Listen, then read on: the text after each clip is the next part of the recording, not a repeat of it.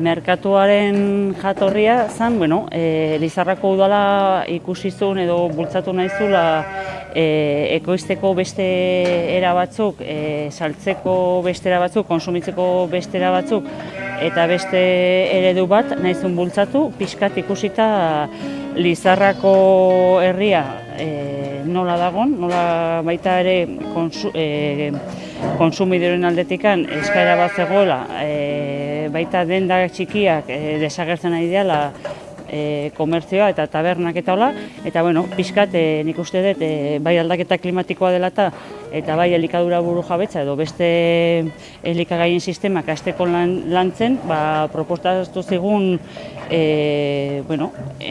Lizarra herriako jendeari partartzea proiektu hortan, ez? Pixkat elikagaiak zentroan jarrita eta beste eredu batzuk bultzatzea, ez? Eta beste janari eredu batzuk ere eskuragarriak izatea.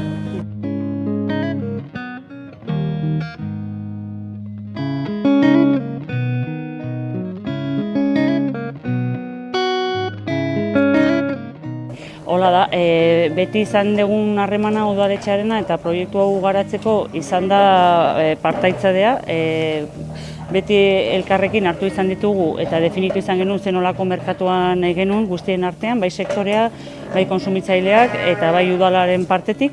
Eta kasu honetan, udal berriarekin formak aldatu dira eta bai formak gurekin erlazionatzeko eta baita badirudi merkatuari eman nahi dion eredua ere beste bat izan nahi dula, ez? Esaten digu autogestioa, baina orain arte egin den merkatua izan da merkatu municipal bat, udala bultzatutakoa, eta baita ere ezan bakarrik merkatu ekonomikoa juten ginen asaltzera, baizik baita ere elkartrukaketa bat egiten genuen konsumitzaileekin eta egiten genuen ere zenbait exhibizioak edo erakustaldiak elikagaien inguruan, ez? Edo landaremoren inguruko gauzei buruz, pixkat bi mundu horiek elkartzeko, ez? Eta formakuntza saio horiek egiten genituen.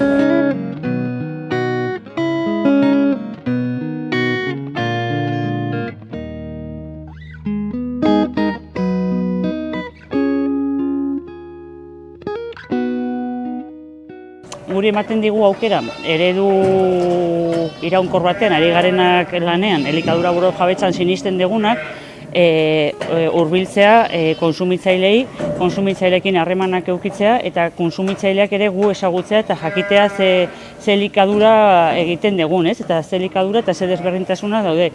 Gero edikitzen ditugu ere gure ateak konsumitzaileek ikusteko nola ekoizten degun eta jakiteko gehiago, eta baita ere aukera bazan merkatu hau hasteko beste elikadura sistemei buruz hitz egiteko Lizarralde osoan, ez? Hau zen pauso txiki bat hasteko beste dinamika batean, bai eskolekin, bai konsumitzaileekin eta beste jende batekin, ez? Ezagutzeko elikadura zer den, edo zenolako elikadura da. Nahi baldin badugu bertako elikadura bat eta bertako ekonomia bat garatu.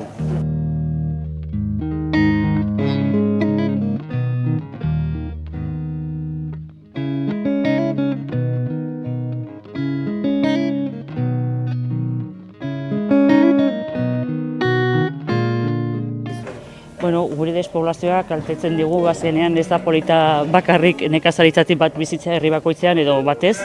Ez da polita bakarrik egotea, gizakia gera eta gizakia behar dugu jendea. Eta gero despoblazioaren aldetikan olako eredu iraunkorra hauek behar dituzte aukera bada salmenta zuzena, aukera da despoblamentuan ere eredu txiki hauetan jende gehiago ekartzea eta etortzea, eta gure merkatu hortan egongo zantokia beste ekoizle batzuk, beste eredu batean lan egiten dutenak edo produktua falta zaizkigu, produktu jakin batzuk, eta aukerak egongo dira. Gauza da, jarri behar direla ere apostua egin behar da, ez? Nahi dugu herriak bizirik iraun dezaten, goazen bultzatzea nekazaritza iraunkor bat, ze beste eredua ikusi dugu zer ekarri digun.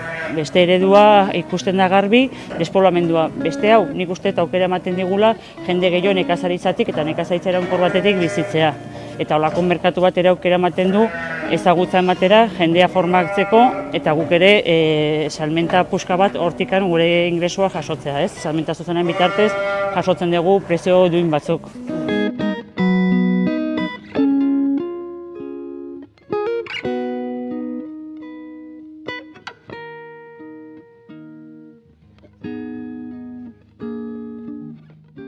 Guk eskatzen duguna da jarraitzea orain bezala Lizarrako udalaren inplikazioa, ulertzen dugulako guk merindaetako jendea bizi behar baldin badegu, Lizarrarekin batera izan behar du. Lizarra da gure hiriburua eta Lizarra bizitzeko ere bai behar du merindadea. Eta azkenean da elkartrukaketa bat. Zer eskatzen diogu?